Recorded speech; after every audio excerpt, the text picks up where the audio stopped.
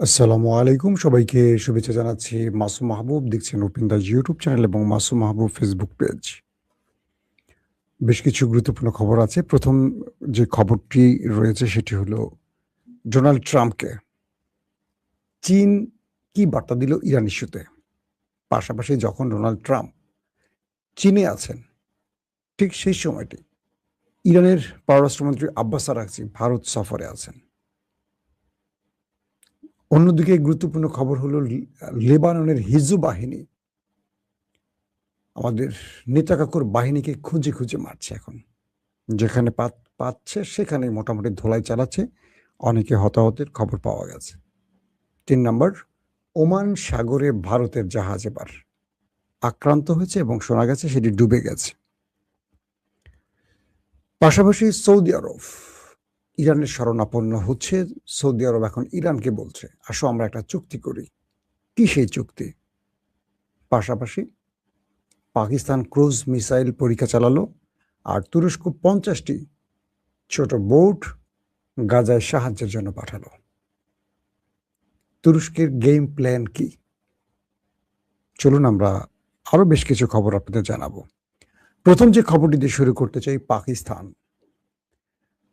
পাকিস্তান নতুন আরেকটি cruise missile পরীক্ষা চালালো, যেটা শত্রুকে মোবাইল লঞ্চারের মতো পজিশন থেকে হিট করতে পারবে, নিচু লেভেল থেকে উপরে, উপর থেকে নিচে বিভিন্ন ফরম্যাটে সহজে অ্যাটাক করতে পারবে। সেইভাবে তৈরি করা হয়েছে। বলা হচ্ছে ফাত্তা 4 সেই ক্রুজ মিসাইলটির নাম, যার মানে লংজিভিটি বা আমরা যেটাকে দূরত্ব বলতে পারি, আক্রমণের দূরত্ব হলো ৭৫০ থেকে ১০৫০। অর্থাৎ পাকিস্তান অনায়াসে তার শত্রু রাষ্ট্রটির যেকোনো স্থানে এই ক্রুজ মিসাইলটিকে পৌঁছে দিতে পারবে অ্যাটাকের সময়, এবং এটা ৪৫০ থেকে ৫০০ মতো বিস্ফোরক বহন করতে পারবে। আজকে পাকিস্তান এটিকে লঞ্চ করেছে এবং এই ক্রুজ মিসাইলের অনেকগুলো ফরম্যাট নিয়ে আলোচনা করা যায়। আমরা আজকে এটা যেহেতু আমাদের প্রধান বিষয় নয়, শুধু এইটুকু জানালাম যে পাকিস্তান ভারতের পরপর এবার নিজেরা নিজেদের শক্তি দেখালো। দ্বিতীয় গুরুত্বপূর্ণ খবর, তুরস্ক প্রায় ৫০টির অধিক ছোট বোট তারা গাজার উদ্দেশ্যে পাঠালো, যেগুলো স্পেনের বার্সেলোনা থেকে আসা ফ্রিডম ফ্লোটিলা এগুলোর সাথে যুক্ত হবে এবং এগুলো গাজার সাহায্য পাঠাবার কাজে ব্যবহার করা হচ্ছে তুরস্কের পক্ষ থেকে। পাশাপাশি ইসরায়েল কিছু বিষয়ে টেনশনে আছে তুরস্ককে নিয়ে। তারা তাদের কিছু গণমাধ্যম, আজকেও দেখলাম, গত কয়েকদিন আগেও দেখলাম যে ইসরায়েলের বেশ কিছু গণমাধ্যম প্রকাশ করেছে তুরস্ক ইসরায়েলের বিরুদ্ধে বড় পরিকল্পনা নিয়ে কাজ শুরু করেছে। একটি প্রতিবেদনে এরকম বলা হয়েছে যে তুরস্ক ইসরায়েলের চারপাশে তাদের ঘাঁটি তৈরি করছে। ঘাঁটি বলতে কি বোঝা যায়? যেমন আমেরিকা রাশিয়াকে টেক্কা দিতে বা টক্কর দিতে পুরো ইউরোপে তার ঘাঁটি আছে। পৃথিবীর ৮০টি দেশে ৮০০টি মার্কিন সেনাদের ঘাঁটি রয়েছে এবং এবার ইরান কেবল গালফ কান্ট্রির ১৬টি মার্কিন বেজ ধ্বংস করেছে, সামরিক ঘাঁটি ধ্বংস করেছে ইরান গালফ কান্ট্রিতে। তো তুরস্ক ইসরায়েলের প্রতিবেশী দেশগুলোতে তার অবস্থান পাকাপোক্ত করছে। তারা Lebanon, Libya, Syria, Somalia, Sudan, মিশর এইরকম করে ইসরায়েলের প্রতিবেশী যে দেশগুলো, আরেকদিকে আছে ইরাক, সবগুলো দেশ তুরস্ক কৌশলে কোথাও সামরিক ঘাঁটি, কখনো বাণিজ্যিক ঘাঁটি, কখনো তাদের সাথে সামরিক চুক্তি করতে যাচ্ছে। এখন তুরস্ক প্রবেশ করছে আরেকটি চুক্তিতে। সেটি কি?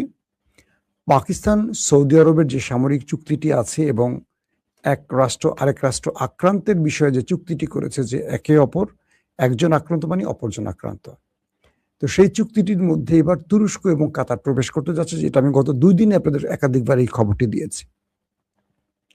তো বলা হচ্ছে যে তুরস্ক এই সময়টিতে এসে একটা অসাধারণ খেলা খেলছে। একদিকে আরবদের মধ্যে মিশে যাচ্ছে এবং আরবদের বোঝাচ্ছে যে তোমাদেরকে আধুনিক প্রযুক্তি আমরা দেব, তোমাদেরকে আমরা আর দখল করব না, বা তোমাদের মধ্যে আমরা পূর্বের ওসমানী সালতানাত প্রতিষ্ঠায় কাজ করছি না, তোমরা শুধু নিয়ম মেনে চলো, অ্যাটলিস্ট সৌদি তুরস্কের ভাই হয়ে থাকো, কাতার তুমি আমার ভাই হয়ে থাকো, তোমাকে শোষণ করার চেয়ে তুমি যদি নিজেই একটা সুন্দর শাসন ব্যবস্থা তৈরি করো বা মুসলিম উম্মার কাজে লাগো, সেটা আমাদের জন্য শ্রেষ্ঠ হবে। তো তুরস্ক এই মেসেজগুলো পৌঁছতে পারছে বলেই ভিতরে মানে আরবদের সাথে একটা ভালো যোগাযোগ তৈরি হচ্ছে, সম্পর্ক হচ্ছে। যে তুরস্কের সাথে মিশরের সম্পর্ক খুব খারাপ হয়ে গিয়েছিল ব্রাদারহুডের মুসলিম ব্রাদারহুডের মোহাম্মদ মুরসিকে সরাবার কারণে, সেই তুরস্ক মিশরের সাথে গাজা ইস্যুতে বা ইসরায়েলের উপর চাপ তৈরিতে ভালো সম্পর্ক সৃষ্টি করছে। আব্দুল ফাত্তাহ আল সিসির সাথে এখন এরদোয়ান চেষ্টা করছেন ভালো সম্পর্ক তৈরি করতে, কারণ একদিকে গাজাকে রক্ষা করতে হবে তুরস্ককে, অন্যদিকে ইসরায়েলের উপর চাপ তৈরি করতে হলে ইসরায়েলের প্রতিবেশী দেশ মিশরের সাথে সম্পর্ক সৃষ্টি করতে হবে। তো এই বিষয়গুলোকে নেগেটিভ অর্থে দেখছে ইসরায়েল, এবং এগুলি ইসরায়েল বলছে যে তুরস্কের উদ্দেশ্য কি, যে আমার চারপাশে প্রতিটা দেশে, যেমন সিরিয়া এখন পুরোটাই ইসরায়েলের তুরস্কের কবজায়, পৃথিবীর সবগুলো দেশ সিরিয়াতে ছিল, অর্থাৎ পরাশক্তিগুলো রাশিয়া, ইরান, আমেরিকা, ইসরায়েল সবাই ছিল, আরব আমিরাত, সবাইকে পিটিয়ে সরিয়ে একক তুরস্ক জোরানি বাহিনীর পক্ষে দাঁড়িয়ে তাদের বিজয় এনে দিয়েছে। এখন যদি বলা যায় পুরো সিরিয়া হলো তুরস্কের কন্ট্রোলে, তুরস্ক যা চাইবে সিরিয়া তাই হয় ধরেন। তো সিরিয়া হলো ইসরায়েলের আরেকটি প্রতিবেশী দেশ। লেবানন, যে হিজবুল্লাহ লেবানন, সেই লেবাননের পক্ষেও বেশ ইদানিং ভালো ভালো কথা বলছে তুরস্ক। লেবাননের উপর যে হামলাগুলো হচ্ছে এটারও সমালোচনা করছে, এবং ভেতরে ভেতরে লেবাননের সাথেও তুরস্কের সম্পর্ক ভালো করতে চেষ্টা করে যাচ্ছে, এবং হিজবুল্লাহর সাথেও ভালো করার প্রক্রিয়ায় কাজ করছে হাকান ফিদান, অর্থাৎ তুরস্কের পররাষ্ট্রমন্ত্রী হাকান ফিদান। তো এটিকে নিয়ে আতঙ্কে আছে ইসরায়েল, যে তুরস্ক আসলে কি করতে চাচ্ছে, চারদিকে কেন তার এই বলয় তৈরি করছে আমার বিরুদ্ধে। তৃতীয় গুরুত্বপূর্ণ খবর হলো হরমুজ প্রণালী থেকে ওমান সাগরে পা রাখা ভারতীয় জাহাজ, তার উপর হামলা হয়েছে। কিছু গণমাধ্যম বলছে আক্রান্ত হয়েছে, আর কিছু গণমাধ্যম বলছে আক্রমণের পর ডুবে গেছে। ভারত এটার কঠোর সমালোচনা করেছে। কখন? যখন ভারতে রয়েছে ইরানের পররাষ্ট্রমন্ত্রী আব্বাস আরাকচি। তবে এই হামলাটি কারা করেছে এখন পর্যন্ত কেউ স্বীকার করেনি। তবে আজকে মার্কিন একটি জাহাজ বা মার্কিন স্বার্থ সংশ্লিষ্ট বা মার্কিন মিত্রদের একটি জাহাজ হামলা করে আটক করে নিয়ে গেছে ইরান, এমন একটি খবর পাওয়া গেছে। প্রিয় দর্শক, সৌদি আরব ইরানের সাথে বেশ ভালো সমস্যা জড়িয়েছিল। Even Reuters, Washington Post, CBS News, আরো অনেকগুলো গণমাধ্যম দাবি করেছিল যে শুধু আরব আমিরাত না, সৌদি আরব গোপনে নিজের নাম প্রকাশ না করে গোপনে ইরানে হামলা করেছিল। তো এই বিষয়টি নিয়ে আমি গতকালকে আপনাদের লাইভে বলেছিলাম যে এই বিষয়টি ইরানও জানতো। এরপর যেটি হয়েছে যে সৌদি আরব ইরানের সাথে একটা মধ্যস্থতা করে নিয়েছে, যে কারণে ইরান পরবর্তী সৌদি আরবে হামলা কমিয়ে দেয়। এখন শোনা গেছে যে সৌদি আরব পাকিস্তানের মাধ্যমে ইরানকে কিছু বার্তা পাঠিয়েছে। পাশাপাশি সৌদি আরব নিজে, সৌদি পররাষ্ট্রমন্ত্রী এবং ইরানের পররাষ্ট্রমন্ত্রীর মধ্যে একাধিকবার টেলিফোন আলাপ হয়েছে, একে অপরের সাথে যোগাযোগ চলছে। সৌদি আরব ইরানকে বলছে যে আসো আমরা একটা চুক্তি করি, আর সেই চুক্তিটি কি হতে পারে, যে তোমরা আমাদেরকে আক্রমণ করবে না, আমরা তোমাদের আক্রমণ করবো না, আমাদের মধ্যে একটি এমন চুক্তি হবে যে চুক্তিতে আমরা একে অপরের পাশে থাকব, সাহায্য সহযোগিতা থাকবে, সামরিক বিষয়গুলো আমরা আদান প্রদান করব, কিন্তু কেউ কাউকে আমরা অ্যাটাক করব না। এই প্রস্তাবে ইরান খুশি। তবে ইরান একটি প্রশ্ন করেছে সৌদি আরবকে, যে আমি তো তোমাকে আক্রমণ করছি না, প্রশ্ন হলো তোমার দেশ, তোমার আকাশ, তোমার দেশের ঘাঁটি ব্যবহার করে যদি কেউ আক্রমণ করে, সেই ক্ষেত্রে ইরানের ভূমিকা কি হতে পারে। ঠিক ইরান এমন একটি প্রশ্ন করলো, সৌদি আরবের এই উত্তরটা আসলে খুঁজতে খুব কষ্ট করতে হচ্ছে, কারণ সৌদি আরবের ভেতর থেকেই আমেরিকা অ্যাটাক করেছিল ইরানের ভেতরে। ইরান বলছে যে ধরো ইরানের ভূমি থেকে অন্য কোনো দেশ তোমার উপর আক্রমণ করছে, তুমি কি করবে? ইরানই তো আক্রমণ করবে, নাকি প্রতিশোধ নেবে ইরানে, নাকি অন্য কোথাও অন্য কোনো দেশে মারবে? তো আমি যদি কোনো তোমার শত্রুকে ঘাঁটি দেই আমার দেশের মধ্যে, তোমার শত্রু কিন্তু আমার বন্ধু, সে, আমি ঘাঁটি দিয়েছি তাকে, সে তোমাকে আক্রমণ করলো, তুমি কি ইরানে পাল্টা জবাব দিবে, নাকি তার দেশে চলে যাবে বা অন্য কিছু করবে? ইরান বলছে, আসো তোমার সাথে আমি সকল চুক্তি করতে চাই, প্রয়োজনে তোমাকে আমি নিউক্লিয়ার বানিয়ে দেব, মানে পারমাণবিক বোমার তৈরিতে তুমি যদি বানাতে চাও, তুমি মনে করছো ইরান যদি নিউক্লিয়ার বানায় তাহলে তুমি সবচেয়ে বেশি হুমকিতে থাকবে, প্রয়োজনে আমি তোমাকে বানিয়ে দেব। ইরান বলছে সৌদিকে যে প্রয়োজনে আমি তোমাকে নিউক্লিয়ার বানিয়ে দেব, কেউ তো তোমাকে দেবে না, আমি তোমাকে গোপনীয়তার প্রকাশক বানিয়ে দেব, তোমার কাছেও নিউক্লিয়ার থাকুক, পৃথিবীর প্রত্যেকটা মুসলিম দেশে নিউক্লিয়ার থাকুক, কারণ নিউক্লিয়ার একটা দেশের অস্তিত্ব রক্ষা এখন মানে প্রয়োজন। কারণ আমার কাছে ছিল না বলেই আমাকে আমেরিকা ইসরায়েল অ্যাটাক করেছে, আমার কাছে থাকলে ওরা অ্যাটাক করতো না, আমি ছোট হই আর বড় হই। কিন্তু সৌদি আরব বিশ্বাস করতে পারছে না আসলে, কারণ তার সাথে অনেক রকম দ্বৈরথ আছে, বিরোধ বা অনেক রকম দূরত্ব আছে। তো এই বিষয়গুলোর জন্য ইরান পাকিস্তানকে আর সৌদি আরব পাকিস্তানকে, দুটো দেশ পাকিস্তানকে ব্যবহার করে, যেমন আমেরিকা পাকিস্তানকে ব্যবহার করছে। বলা হচ্ছে যে পাকিস্তান যদি এই দ্বিতীয়লিতে সফল হয় তাহলে সৌদির সাথে ইরানের দূরত্বটা কেটে যাবে, আর এই দূরত্বটা কেটে যাওয়া মানে হলো মধ্যপ্রাচ্যে ইসরায়েল আবার বিপদে পড়ে যাওয়া। অর্থাৎ ইরান মধ্যপ্রাচ্যের চাবিটা তার হাতে পেলে পুরো আরবকে তার পাশে নিয়ে একমাত্র কি বলবো জর্দান আর আরব আমিরাত, জর্দানের হিসাবটা পড়ে, এটাকেও মোটামুটি কায়েল করে ফেলবে সৌদি আরব, কিন্তু আরব আমিরাত বিস্ফোরা যাকে বলি, বিশ্বাসঘাতক, তাদের অবস্থাটা আসলে কি হবে? এক ভাই প্রশ্ন করেছেন, এই তুর্কি ও পাকিস্তান ব্লকে কেন বাংলাদেশ ঢুকছে না? আমি জানি না কেন ঢুকছে না, ঢুকতে পারে, যেহেতু এখন শেখ হাসিনা ক্ষমতা নেই, আছেন তারেক রহমান, তিনি অবশ্যই এই ব্লকে ঢুকতে পারেন। এই ব্লকে ঢোকা মানে ভারত আমাদের একটা অ্যাটাক করলে প্রতিটা দেশ বাংলাদেশের পাশে থাকবে, ছোট দেশগুলোকে চুক্তি করা উচিত। এখন তারা বাংলাদেশকে নেবে কিনা, আমাদের বাংলাদেশ সেনাবাহিনীর যথেষ্ট প্রশংসা আছে, কিন্তু আমাদের হাতে আধুনিক কোনো অস্ত্র নেই। আমাদেরকে এখন তুরস্কের কান ফাইটার কেনা উচিত, পঞ্চম প্রজন্মের স্টিল প্রযুক্তির। আমাদেরকে পাকিস্তান থেকে 70 থান্ডার কেনা উচিত, আমাদের কেনা উচিত J-10, J-20। আমি কালকেও আমাদের এক বিশেষজ্ঞ ভাইয়ের সাথে আলাপ করছিলাম, তো তিনি আমাকে বলছিলেন এই কথাগুলো বলেন চ্যানেলে। আমাদের অনেক সময় দেখবেন বিমান বাহিনীর, সেনাবাহিনীর একদম উপরস্থ অফিসার, ব্রিগেডিয়ার জেনারেল টেনারেলদের সাথে মাঝে মাঝে কথা হয়।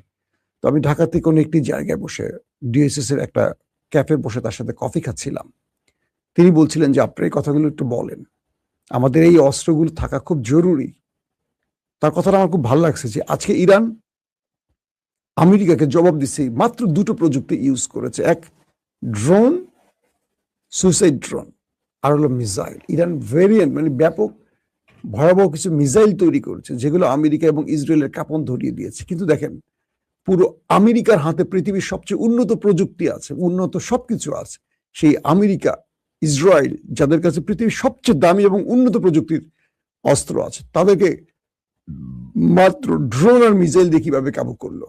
তো বাংলাদেশ তো কোনো একটি সাইডে তার ডেভেলপ করতে পারে মিসাইল, ড্রোন, কতদিন আমরা কিনে কিনে আনবো? আমাদের সেনাবাহিনীকে দিয়ে ফার্নিচার বানানো হয়, আমাদের সেনাবাহিনীকে দিয়ে রাস্তাঘাট নির্মাণ করা হয়, ভবন বানানো হয়, সামরিক কু করা হয়, শেখ হাসিনার জুতা টানানো হয়, রাস্তার জ্যাম ঠিক করা হয়। আমাদের সেনাবাহিনী এই কাজের জন্য পাঠানো হয়েছে, এই কাজের জন্য তৈরি করা হয়েছে বিশাল বাজেটের সেনাবাহিনী। আমাদের সেনাবাহিনী যথেষ্ট মেধাবী, বুদ্ধিমান, তারা ইউএনএ যথেষ্ট প্রশংসার সাথে কাজ করে, তাদেরকে আরো মেধা নির্ভর কাজে রাখতে হবে। শেখ হাসিনা তার 15-16 বছরে আমাদের সেনাবাহিনীকে একেবারে কি বলবো ধ্বংস করে দিয়ে গেছে। তাদেরকে রাজনৈতিক বলয়ে ফেলে শেখ হাসিনার গুণগান গিয়ে বড় বড় পদ বাগানো ছাড়া সেনাবাহিনী আর কি করেছে? ভবন, রাস্তাঘাট, ফার্নিচার এগুলি বানিয়েছে। আর পৃথিবীর বিভিন্ন দেশের সেনাবাহিনী ড্রোন, মিসাইল, তারা কি করছে, আমরা কি করছি? এই যে পাকিস্তান আজকে ক্রুজ মিসাইল পরীক্ষা চালালো, আমাদের বাংলাদেশের সেনাবাহিনী কবে একটি মিসাইল নিজেরা বানিয়ে পরীক্ষা চালাবে? তো এত বাজেট আমরা কেন খরচ করি? মানে রাষ্ট্রের ক্ষমতা কে বসবে, কখন 111 আসবে, কখন এটা করবে, এগুলোর জন্য কি আমরা রাখছি আমাদের সেনাবাহিনীকে? তো আমাদের সেনাবাহিনীকেও সেই প্রতিযোগিতায় যেতে হবে, পাকিস্তানের সাথে, ভারত নয়, পাকিস্তানের সাথে, চীনের সাথে, তুর্কিদের সাথে আমাদের কোলাবোরেশন করে কাজ করতে হবে, জয়েন্ট অ্যাডভেঞ্চারে কাজ করতে হবে। আমাদের যেটা নাই, ইদানিং পাকিস্তানের বেশ কয়েকজন সামরিক অফিসার, আমি নাম বলতে চাই না, তারা বাংলাদেশ সফর করেছেন, বিমান বাহিনীর অনেকে সফর করেছেন, শুনেছি কাজগুলো ভালো হচ্ছে নিঃসন্দেহে। তারা বাংলাদেশকে কিছু প্রশিক্ষণ দেন, এটা আমাদের দেশের জন্য খুব ভালো হবে। দর্শক, আসি আরো কয়েকটা গুরুত্বপূর্ণ খবরে। তো এখন লিবিয়া, এতদিন লিবিয়াতে কি লেবাননে নেতাকাকুর দেশটি ব্যাপক অ্যাটাক করেছে। তো নেতাকাকুর বাহিনী আইডিএফ দক্ষিণ লেবাননে প্রবেশ করেছে। এরকম কয়েকটি জায়গা তারা প্রবেশ করে সেই জায়গাগুলো দখল করছে গাজার মতো। ফিলিস্তিনে যেভাবে দখল করেছে, এই দখল প্রক্রিয়ায় নেমেছে তারা। মাঝখানে কিছুটা মার খেলো, ধরা খেলো, কিছুটা পথ থেকে সরে গেল, পিছু হুটে গেল হিজবুল বাহিনী। এটি ছিল তাদের একটা কৌশল। এখন তারা ড্রোন, মিসাইল, রকেট নিয়ে একযোগে বিভিন্ন পয়েন্ট থেকে অ্যাটাক শুরু করেছে। যে জায়গাগুলো দখল করেছে নেতাকাকুর বাহিনীগুলো, সেখানে ড্রোন পাঠিয়ে পাঠিয়ে একটার পর একটা শত্রুকে ওপারে পাঠাচ্ছে কে? আমাদের হিজবুল বাহিনী। আজকেও ড্রোনের কিছু ভিডিও তারা রিলিজ করেছে, আল মায়াদিন সহ কয়েকটি গণমাধ্যমে দেখলাম, লেবাননের গণমাধ্যম আল মায়াদিন, তারা বলছে যে বিভিন্ন জায়গায় হিজবুল বাহিনী নেতা বাহিনীকে ধোলাই দিচ্ছে, অনেকগুলোকে ওপারে পাঠিয়েছে, অনেক হতাহত হয়েছে। রকেট গুলো তাদের খুঁজে খুঁজে মারছে, যারা জঙ্গলে পালিয়েছিল তাদেরকে মারছে, যারা যেখানে গেছে সেখানে, মানে খুঁজে খুঁজে খুঁজে খুঁজে এখন অ্যাটাক চালাচ্ছে। আমাদের হিজবুল বাহিনী তো বলছেন হিজবুল্লাহ। তো মোটামুটি কয়েকদিন তারা একটু সুখকর অবস্থায় ছিল আমাদের নেতানিয়াহু সাহেব। এখন আবার হিজবুল বাহিনীর ধোলাইতে তারা এখন পালাতে শুরু করছে, যে যার মতো করে এদিক ওদিক পালাচ্ছে। দর্শক, যখন ট্রাম্প চীনে, তখন ভারতে পা রাখছেন আব্বাস আরাকচি ব্রিক্স সম্মেলনে। তো চীন ট্রাম্পের সাথে কিছু বৈঠকে কিছু বিষয় সিদ্ধান্ত এক হয়েছে। তারা বলছে হরমুজ প্রণালী টোলের বাইরে রাখা উচিত, ব্লাব ব্লাব ব্লাব, এগুলো চীন বলবি স্বাভাবিক। পাশাপাশি তিনি যুদ্ধ বন্ধের ব্যাপারেও বলছেন যে আমি ইরানের সাথে কথা বলবো, বাট ইরান কি করবে সেটা ইরানের সিদ্ধান্ত। তবে ইরান হরমুজের টোল নেক, এটা আমি চাই না, এরকম কিছু বক্তব্য আসছে। তারপর তিনি বলছে যে মানে এমন, এই কথাগুলো বলা লাগে। তবে তিনি চীন আমেরিকাকে আবার একটু শাসিয়েও বলছে যে আপনি এই অঞ্চলে শান্তি প্রতিষ্ঠা করতে হলে আপনি তাইওয়ান ইস্যু ছেড়ে আপনি আপনার দেশে ফেরত যান। আপনি যদি তাইওয়ান ইস্যুতে কোনো রকম ঝামেলা করতে চান, তাহলে এই অঞ্চলে ইরান নয়, এর চেয়ে বড় ফ্যাক্টর হয়ে যাবে চীন, যেটাকে আপনি সামলাতে আপনার জন্য খুব কষ্ট হয়ে যাবে। তাইওয়ান ইস্যুতে আপনি নাক গলাবেন না। তাইওয়ান আমরা যেভাবে চাই সেভাবে হবে। আপনি যে স্বাধীন তাইওয়ান তৈরি করতে চান, এটা সম্ভব নয়।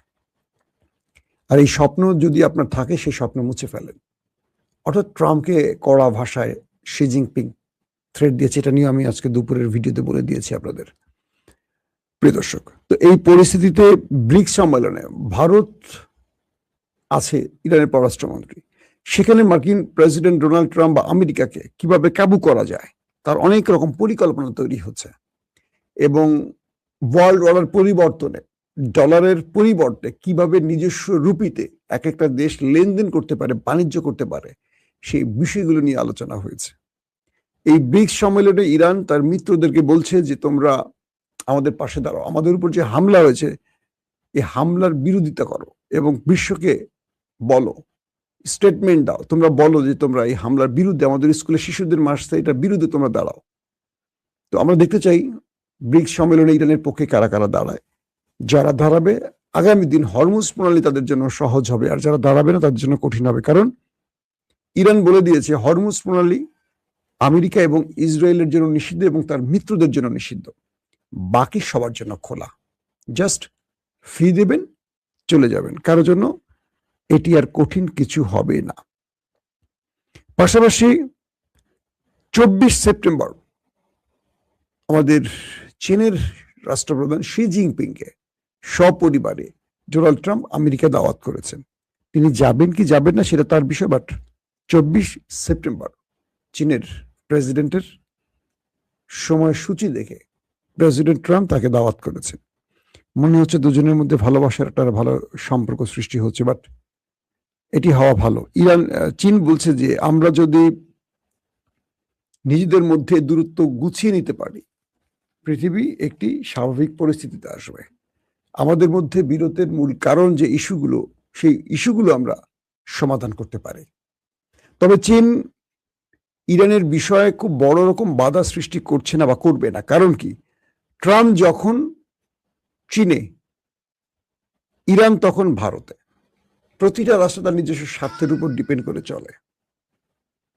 চীন তার নিজের প্রয়োজনে ইরানকে ছাড়বে না, এবং এই যে লড়াইটা হলো, এই লড়াইতে ইরানের যতটুকু লাভ হয়েছে তার চেয়ে বেশি চীন রাশিয়ার হয়েছে।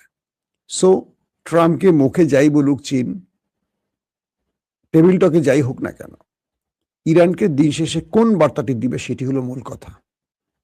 প্রত্যেকে ভালো থাকবেন। আল্লাহ হাফেজ।